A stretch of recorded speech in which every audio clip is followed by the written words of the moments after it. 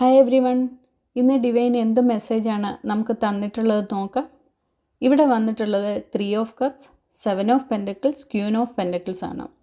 ഇവിടെ പറയുന്നത് ജീവിതത്തിലേക്ക് ചില സന്തോഷങ്ങൾ വരുന്നുണ്ട് എന്നുള്ള കാര്യമാണ്. സന്തോഷകരമായ സാഹചര്യങ്ങൾ വരുന്നു എന്നതാണ്. അതിപ്പോൾ ഫാമിലിക്കൊപ്പമായിരിക്കാം, അല്ലെങ്കിൽ ഫ്രണ്ട്സിന് ഒപ്പമായിരിക്കാം, സഹപ്രവർത്തകർക്കൊപ്പവുമാവാം.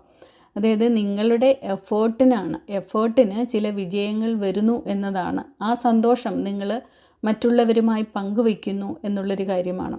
ഓക്കെ, എന്നിരുന്നാലും യൂണിവേഴ്സ് നിങ്ങളോട് പറയുന്നത് നിങ്ങൾക്ക് പേഷ്യൻസ് ആവശ്യമാണ് എന്നത് തന്നെയാണ്. കാരണം ഇതുവരെയുള്ള എഫേർട്ട് മതിയാകുമോ, അതോ ഇനിയും നെക്സ്റ്റ് സ്റ്റെപ്പിലേക്ക് എഫേർട്ട് ആവശ്യമാണോ എന്നൊരു ചിന്ത നിങ്ങളിൽ ഉണ്ടാവാം.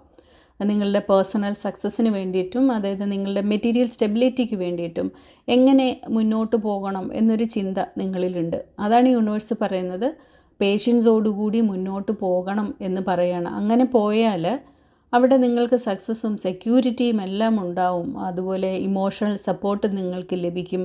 ബാലൻസ്ഡ് ആയിട്ട് കാര്യങ്ങൾ ചെയ്യാൻ സാധിക്കും എന്നുള്ളൊരു കാര്യമാണ്. ഗ്രൗണ്ടഡ് ആയിട്ടിരിക്കുക, സ്റ്റെബിലിറ്റിയിൽ ഫോക്കസ് ചെയ്ത് മുന്നോട്ട് പോവുക.